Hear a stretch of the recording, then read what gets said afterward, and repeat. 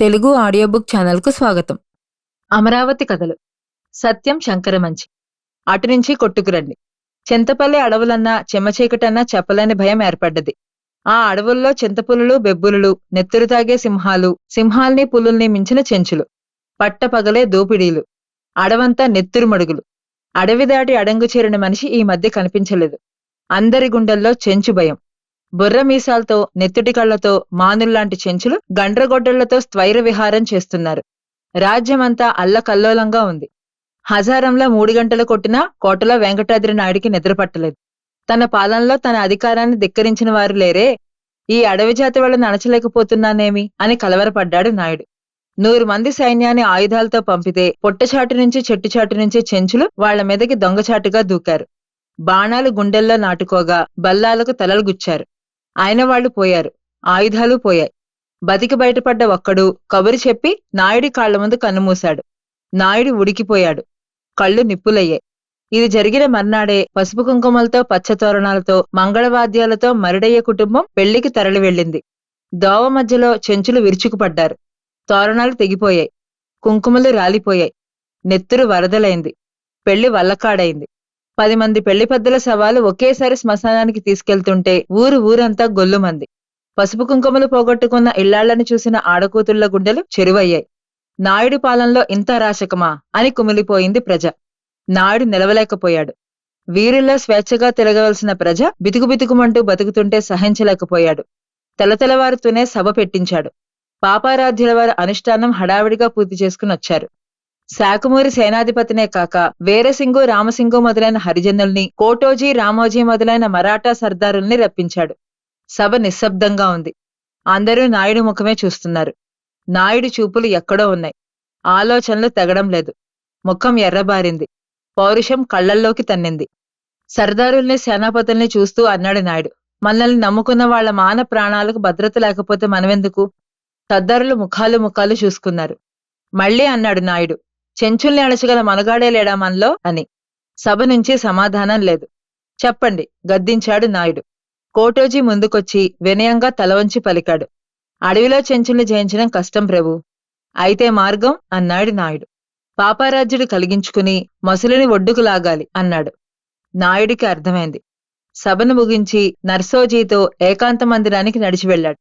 మంత్రాంగం సిద్ధపరిచి భుజంగరావును చెంచుల దగ్గరికి రాయబారిగా పంపించాడు. మర్నాడు పురప్రముఖులందరూ ఉండగా సభ ఏర్పాటైంది. చెంచు నాయకుడు జల్లా కృష్ణానాయుడు సభలో ప్రవేశిస్తుంటే కాలయముడు నేలమీద అడుగుపెట్టినట్లుంది.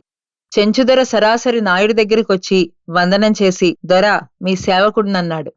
నాయుడు కళ్లల్లో కోపం పొంగింది. నా సేవకులు నా బిడ్డల్ని దోచుకుంటారా? నేను పగవారి తలలు తెగ్గొట్టాను కాని తన వారిని చంపుకోలేదే. నా పాలనలో అరాచకమా అన్నాడు. బుడతలు తెలియక చేసిన తప్పుని కాసుకోండయ్యా, ప్రభువులు మా మీద కత్తెత్తకండయ్యా అంటూ ప్రాధేయపడ్డాడు చెంచునాయకుడు. నాయుడు ఆలోచించన్నాడు, క్షమించాం. మీ దోపిడీలు మానేస్తారా? మానేస్తాందరా. మాకు కూడు దొరికే దోవ చూపించుదరా అని వేడుకున్నాడు చెంచునాయకుడు. నాయుడు మరికొంత ఆలోచించి, నా సైన్యంలో చేరండన్నాడు. మొసలి చెంచు పొంగిపోయాడు. సరేనని ఒప్పుకున్నాడు. సభ ముగిసింది. ఆ మర్నాడే చెంచులు నాయుడు సైన్యంలో భాగమయ్యారు. గొట్టలునున్న జనం పట్నాలకొచ్చారు. కొలువు చేసుకుంటూ కడుపు నిండా తింటూ హాయి మరిగారు. ఆ హాయి కొద్ది కాలానికే విసుగనిపించింది వారికి. చెట్లు పాకి, ఏరు ఈది, బల్లాల యుద్ధం చేసి, బాణాలు తెగపొడిచి పరుగు పరుగున తిరిగే జాతికి పరుపు మీద పడుకోవడం మహా బాధగా తోచింది. కొంతమంది చెంచుకొర్రలు చిన్న చిన్న దొంగతనాలు మొదలుపెట్టారు. మరికొందరు వీలున్నప్పుడు అడవికెళ్లి మళ్లీ దోపిడీలు మొదలుపెట్టారు. నాయుడు సేనాపతుల ద్వారా చెప్పించి చూశాడు. ప్రయోజనం కనిపించలేదు. రోజురోజుకీ దారుణాలు పెరిగిపోతున్నాయి. అడవిలో ఉన్న ఆపదని అంతఃపురంలో పెట్టుకున్నట్టయింది నాయుడికి. సేనానులతో మంతనాలు జరిపాడు. చెంచుల చేతుల్లో ఆయుధాలు ఉండగా వాళ్లు లొంగడం కష్టమన్నారు. ఇంటి శత్రువుకి మరణమే తగిన శిక్ష అన్నారు. మాయోపాయంతో మట్టుపెట్టాలని నిర్ణయించారు. ఆ 3వ రోజు నాయుడు చెంచులందర్నీ విందుకు పిలిచాడు. ఆయుధాలు దూరంగా పెట్టి ఆనందంగా భోజనాలు చేశారు. అదే ఆఖరి భోజనమని వాళ్లకు తెలీదు. విందు నుంచి లేచేంతలో సైన్యం విరుచుకుపడి చెంచుల్ని బంధించింది. మోకులతో కట్టి తోపులోకి తీసుకెళ్లి వరుసగా నిలుచోబెట్టారు చెంచుల్ని. అందరి తలలు ఏకకాలంలో నరకబోతున్నారన్న వార్త ఊరంతా గుప్పుమంది. వరుసలో ముందు చెంచునాయకుడు జల్లా కృష్ణ తలంచుకుని నించున్నాడు. తోపులో మూగిన జనాన్ని, ఎదురుగా ఉన్న నాయకుణ్ణి చూసి అన్నాడు. దొరా, కన్నబిడ్డల కుత్తుకులు కోస్తావా?